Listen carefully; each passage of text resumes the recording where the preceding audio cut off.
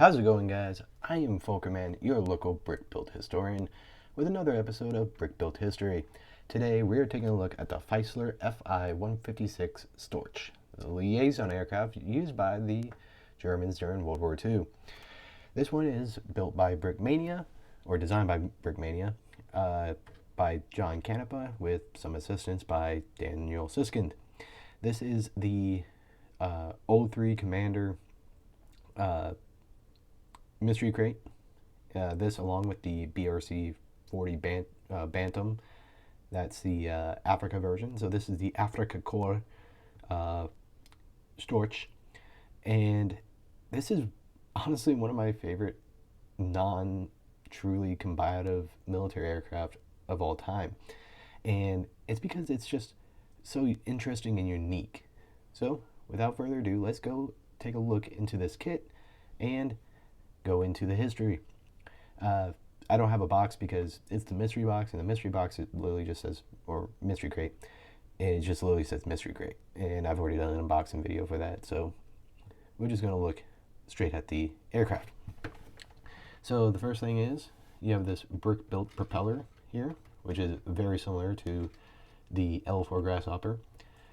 You have the bumps here for the exhaust cover, because this is the Africa version, so they needed to prevent as much sand going into the aircraft engine cowling as possible. This here, I believe, is a like air cooler, oil cooler, or something like that. Now, I don't know if it's supposed to have the wings bent down like that, but mine do, and the leg struts are slightly weak. If you don't handle it carefully, they will break off. You also have the wing struts here going up. You have the air data probe here on the side. You have the built-in slat on the front here, and you have the ailerons that move in the back with the trailing edge flaps. You have the elevators that move and a moving rudder. You also have the brace bars on between the vertical stabilizer and the horizontal stabilizer. You have these printed CBTL in the Balkenkreuz, also the printed Balkenkreuz on the top and printed on the bottom. The pilot sits in here in his glass covered cockpit. You have a print here on this glass here, and then you have the mounted MG-15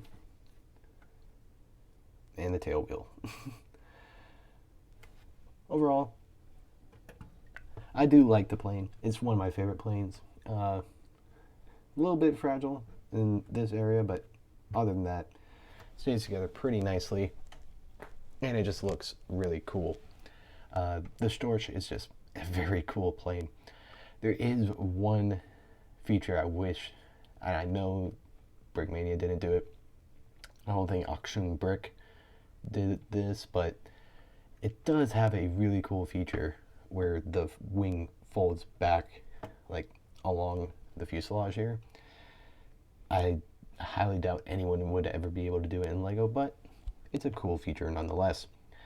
And going into that, let's go into the history of the Storch. So the Fieseler Storch is the RLM, which the RLM is a big German word I do not want to pronounce. They had a competition for a liaison aircraft for reconnaissance and moving personnel, being a ambulance, medical evacuation, those type of aircraft. And it just needed a very light aircraft that can basically take off and land anywhere. And it was between Fieseler, Messerschmitt, and another company I did not write down, but Fieseler would win the contract, and the first Storch would be placed into production in 1937. It would be produced in the Fieseler plant until 1949, and also by Marine Saulnier, which is a French plant, starting in 1942, and they would produce Storches for a while. Even the Soviets, pre-war, if you didn't know, the Soviets and the Germans had a pre-war agreement with developing firearms, tanks, planes, and all that sort of things. But they also built a few Storches themselves, and also the Czechs and plenty of other countries would build Storches.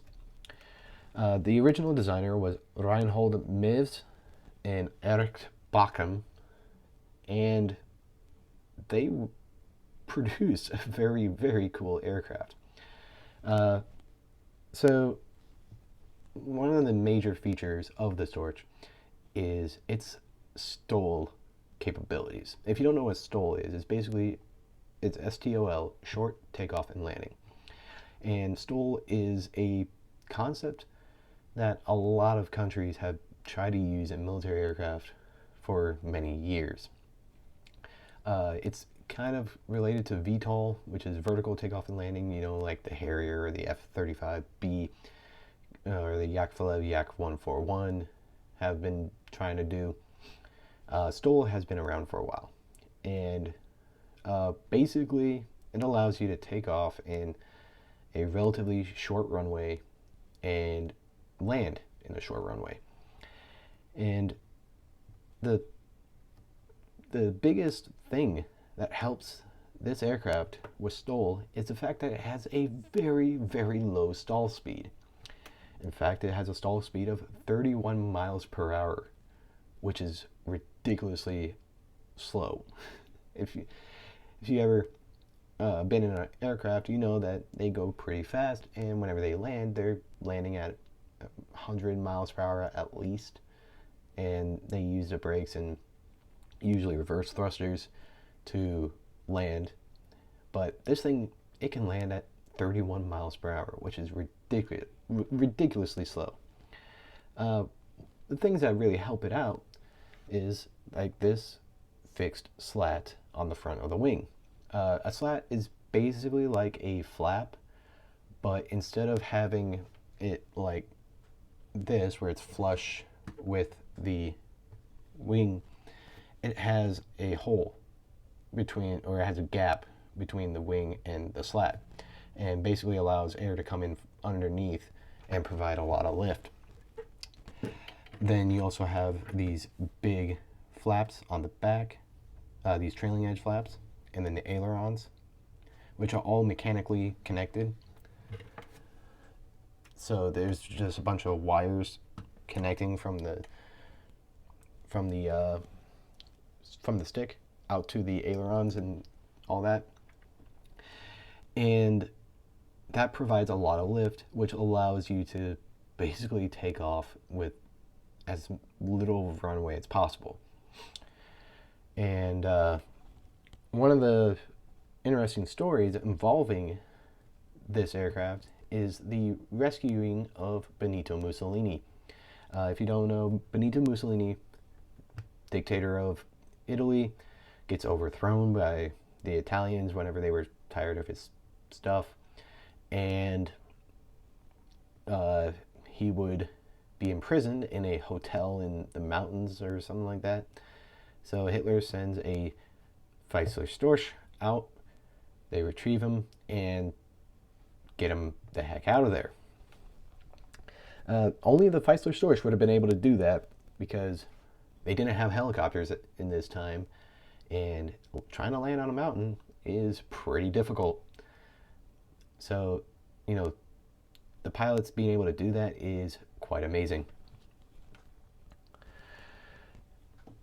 On the back here, the C2 model, you have the A1, A2, A, B1, B2, B3, whatever.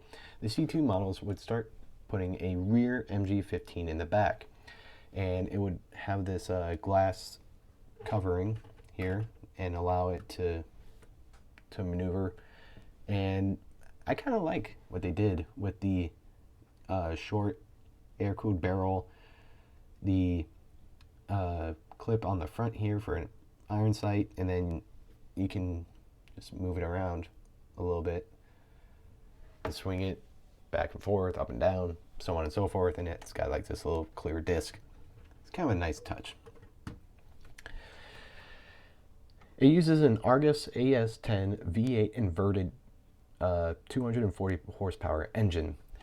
So if you don't know, the Germans loved inverted V-type engines during World War II, and this is no different.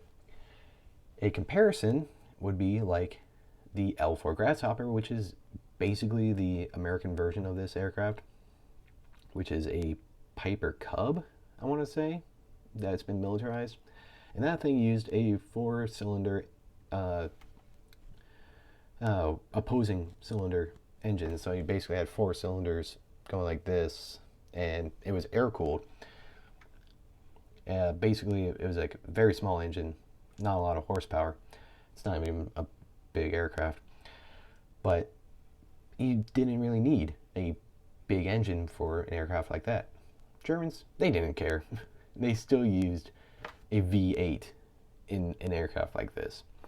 And of course, it's inverted, meaning that the pistons go downwards, kind of like same thing with the BF-109s, same thing with the Junkers 88s, same thing with the Heinkel HE-111s.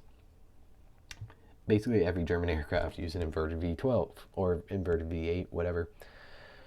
So it's kind of just a funny little thing for me that this thing has such a big engine, but it only produces 240 horsepower, which is not a lot once you think about it. Its top speed is 109 miles per hour, which is not very fast whatsoever.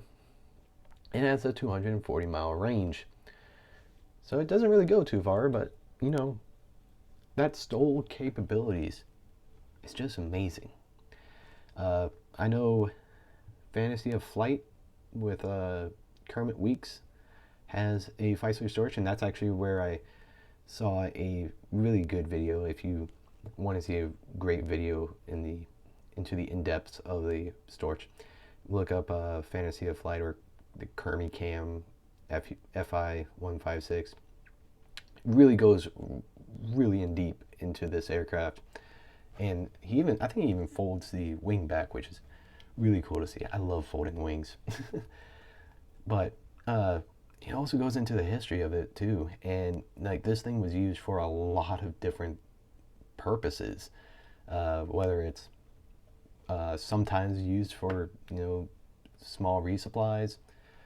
It was used as a medevac carrier, so sometimes the rear gunner would be replaced, and then they would have inside here like the ability to carry a couple people, and then you just take off. All that. And it like I would suggest you after this video go look it up. But I mean, really the only other thing I have to talk about left is the name Storch. Of course, it's a given name by the troops who've been around it, and it's because of the landing gear. Now, the Storch used fixed landing gear, meaning that the landing gear stays like this. It doesn't fold in, doesn't retract, doesn't extend, doesn't do anything like that. It stays the way it is. And if you look at it, it is very long and lanky. And it just goes out, and it's got like these 3 connections. It's a very long and lanky landing gear. So whenever it flies, it stays down here. And it looks like the legs of a Storch, of a stork. So, of course, stork, German, Storch, because they speak German in Germany. Who knew? But yeah, it's because of that landing gear that it got its nickname of the stork, because it looks like the legs of a stork. But it does have a thing of like a 40 centimeter buffer piston, so that whenever it lands, it can land in rougher environments, like dirt, something like dirt runways or airfields, or a mountain, and just be perfectly fine. So this thing is kind of an unsung hero for the German Luftwaffe, and now part of my Lego Waffe, and it's served everywhere Germany has been. As you can see, this is the Afrika Korps version of it. It's been all over Europe, France.